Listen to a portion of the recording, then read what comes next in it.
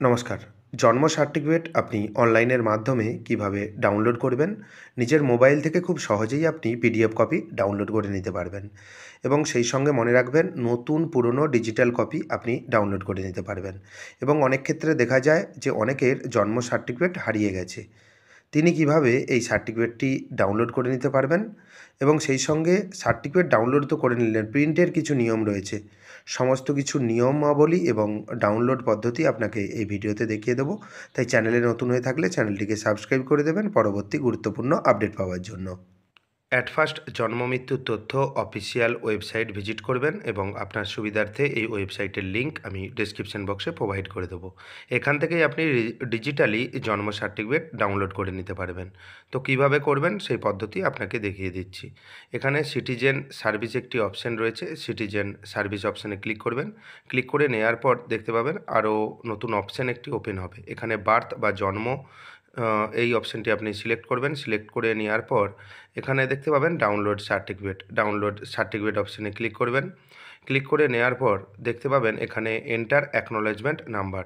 যারা নতুন জন্ম সার্টিফিকেটের আবেদন করেছেন বা নার্সিংহোম থেকে বা হাসপাতাল থেকে আবেদন করেছিল, সেই অ্যাকনোলেজমেন্ট নাম্বারটি এখানে দেবেন। যদি আপনার কাছে অ্যাকনোলেজমেন্ট নাম্বার থাকে, দেখবেন আপনার মোবাইল ফোনে যেই মোবাইল নম্বর দিয়েছিলেন তার ইনবক্সে অ্যাকনোলেজমেন্ট নাম্বার থাকবে।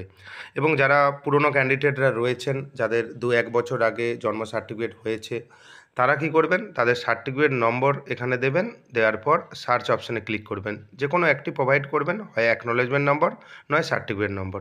সার্চ অপশানে ক্লিক করার পর দেখবেন আপনার রেজিস্টার মোবাইল নম্বর, আবেদন করার সময় যেই মোবাইল নম্বর দিয়েছিলেন এবং যারা পুরনো ক্যান্ডিডেটরা রয়েছেন, যাদের সার্টিফিকেটে যেই মোবাইল নাম্বার দেওয়া ছিল, সেই মোবাইল নাম্বারে দেখবেন একটি ওটিপি যাবে। সেই ওটিপি নির্দিষ্ট জায়গায় এন্টার করবেন। ওটিপি দেওয়ার পর সাবমিট অপশান রয়েছে, সাবমিট অপশানে আপনি ক্লিক করবেন। সাবমিট অপশানে ক্লিক করার পর এখানে ডাউনলোড একটি অপশান আসবে। ডাউনলোড অপশানে আপনি ক্লিক করবেন। ডাউনলোড অপশানে ক্লিক করার সঙ্গে সঙ্গেই দেখবেন আপনার সার্টিফিকেটের পিডিএফ কপি ডাউনলোড হয়ে গেছে। এই পিডিএফ কপিটি আপনি প্রিন্ট করিয়ে নেবেন এবং প্রিন্ট করানোর আগে একটি কথা মনে রাখবেন, সবসময় সার্টিফিকেটটি সিগনেচার ভ্যালিড করবেন। অনেকের সার্টিফিকেট দেখবেন, আপনি এখনই দেখবেন যে সার্টিফিকেটটি যেখানে প্রিন্ট করেন না কেন আপনি সিগনেচার ভ্যালিড করেননি। ডান দিকে দেখবেন সেখানে গ্রিন টিক রয়েছে, অনেকের দেখবেন জিজ্ঞাসা চিহ্ন রয়েছে। এই জিজ্ঞাসা চিহ্ন যদি আপনার সার্টিফিকেটে থাকে, কিছু কিছু জায়গায় চলে যাবে, কিছু কিছু অফিসে কিন্তু চলবে না। তাই আপনি ডিজিটাল সার্টিফিকেট যদি আপনার কাছে থাকে, আপনি পুনরায় কিন্তু প্রিন্ট করিয়ে নেবেন। অবশ্যই মনে রাখবেন সিগনেচার ভ্যালিড করে নেবেন বা গ্রিন টিকটি করে নেবেন, তাহলে সব জায়গায় আপনার সার্টিফিকেটটি ভ্যালিড হবে। যদি কোনো এই সম্বন্ধে জিজ্ঞাসা থাকে আপনি কমেন্ট করে জানাবেন, অবশ্যই আপনার উত্তর দিয়ে আমি কমেন্টের মাধ্যমে আপনাকে সাহায্য করব। চ্যানেলে নতুন হয়ে থাকলে চ্যানেলটিকে সাবস্ক্রাইব করে দেবেন পরবর্তী গুরুত্বপূর্ণ আপডেট পাওয়ার জন্য। যদি ভিডিওটি ভালো লাগে ভিডিওটি লাইক করে দেবেন এবং বন্ধুদের মধ্যে শেয়ার করে দেবেন। ধন্যবাদ।